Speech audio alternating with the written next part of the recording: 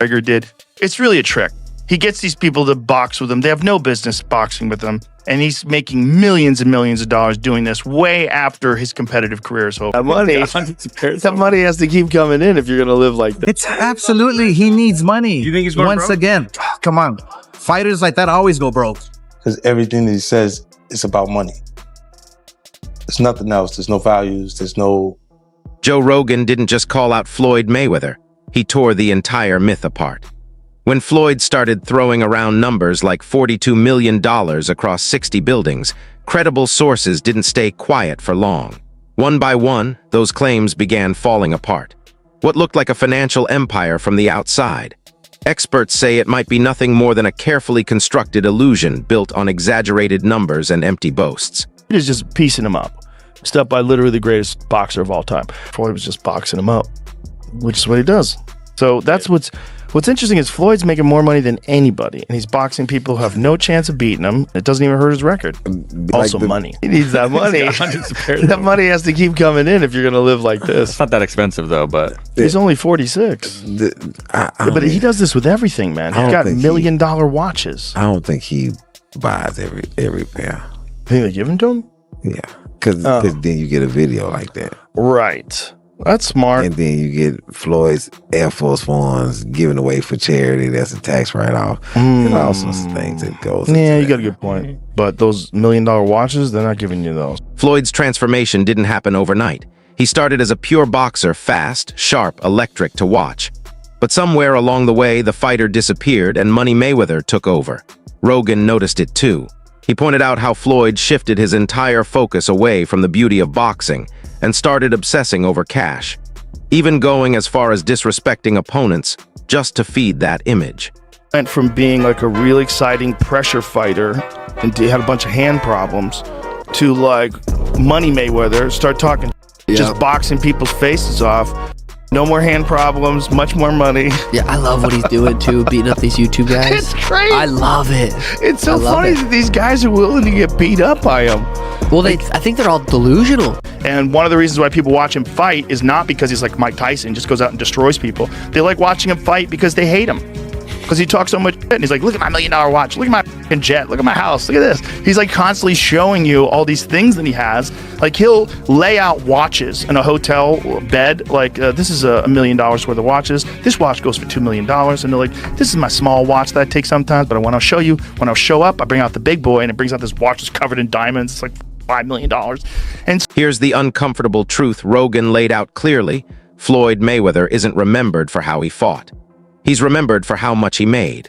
One of the greatest defensive boxers in history, yet his legacy is now more about dollar signs than defining moments.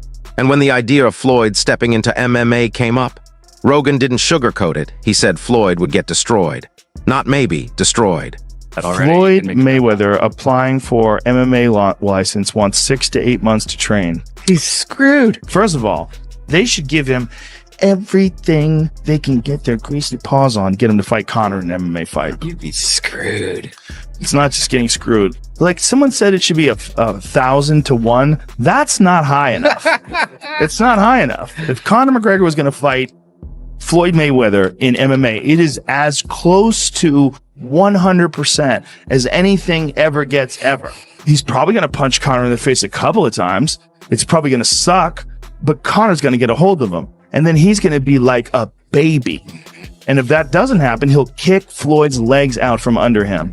He'll kick his legs sideways. He'll kick them from the outside. He'll kick them from the inside. He'll stay way the way from any sort of a range where Floyd can punch him. It'll be a completely alien range for. Then came one of the wildest stories Rogan ever told about Floyd. Allegedly, Mayweather fired a referee mid-fight. Let that sink in. Rogan's point wasn't just shock value, it was a statement about power. Only someone sitting at the absolute top of boxing, with money flowing in every direction, could pull off something that audacious.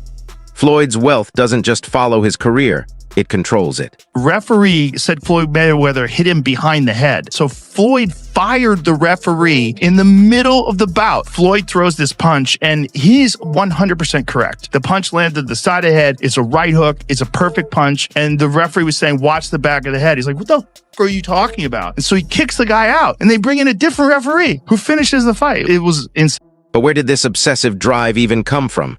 Rogan dug into that too. Floyd's father and uncle were fiercely competitive. They pushed him hard from day one. That environment forged him into a dominant, relentless fighter in his prime. The problem? That same win-at-all-costs mentality didn't stay inside the ring. It bled directly into how he handles business, money, and the people around him. Boxing in terms of like how often do you get hit versus how often do you hit the other guy, he's the best ever. The way him and his uncle and his father talk, I imagine they were always super competitive from the time they were young. Yeah. Like he grew up being they're super competitive. They're competitive about talking. They're competitive about all kinds of things. So it's like that hive, like growing up with that all the time. Floyd once looked a camera dead in the eye and said he makes $3 million every single month. More than Bill Gates. Fans went wild, but anyone who understands how boxing paydays and pay-per-view splits actually work. They weren't impressed, they were skeptical.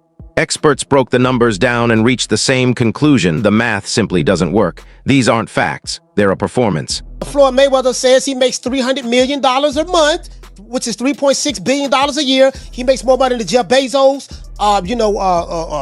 Bill Gates, all of those guys. So I say all that to say this. The money that Canelo was looking for, they can easily come up with that money. Floyd Mayweather got it. Well, listen, let me put it this way to you. If he makes what did he say, $300 million a month? Yes, sir. Okay, I'm 6'4" and 240. And I know I'm 5'8" and a half and 240. So there you go. There's no way. There's that. If he makes $3 million a month on his investments, that's a lot. $36 million a year. That's a lot. So I know guys that are worth, $500-600 million, plenty of them, and they don't make $36 million a year, let alone $300 million a month.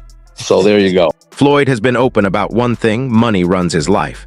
He wants his kids to follow the same path, build the same business, chase the same generational wealth. On the surface, that sounds like vision, but critics see something darker underneath. A man so consumed by wealth that character, loyalty, and integrity have all taken a backseat to the next payday. I believe in building generational wealth. Even like when my children, all four of my children are adults. And I told them, no more handouts. Because I feel like I'm hurting my children just by, I give them money, they go shopping, they put gas in their car, they party, they come back, I need money. I give them money, I buy them houses, I buy them cars. Told them, listen, if you guys go to school or you work in one of my businesses, then you can branch off, get your own business, and I'll put the money up to help you start a business, but I need you guys to take what I've already started and triple and double that, and then I need my grandchildren to come behind you guys and do the same thing.